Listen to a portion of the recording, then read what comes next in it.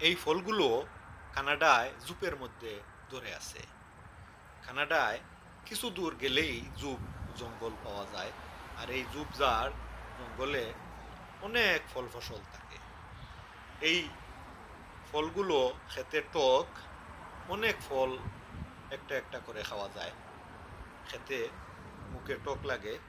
টক প্রিয়রা এই ফল খেয়ে থাকেন।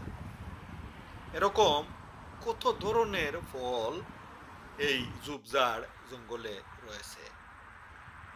এই বুশেস বা ঝোপঝাড়ে অনেক ফল, এরকম অনেক ফল পাওয়া যায় কানাডায়, যেগুলো পাখি খায়, আবার অনেক সময় মানুষও খেয়ে থাকেন। এই ফলগুলো টক জাতীয় ফল, খেতে ভালো লাগে। আমি টক প্রিয়, আমার কাছে খুব ভালো লাগে এই ফলগুলো।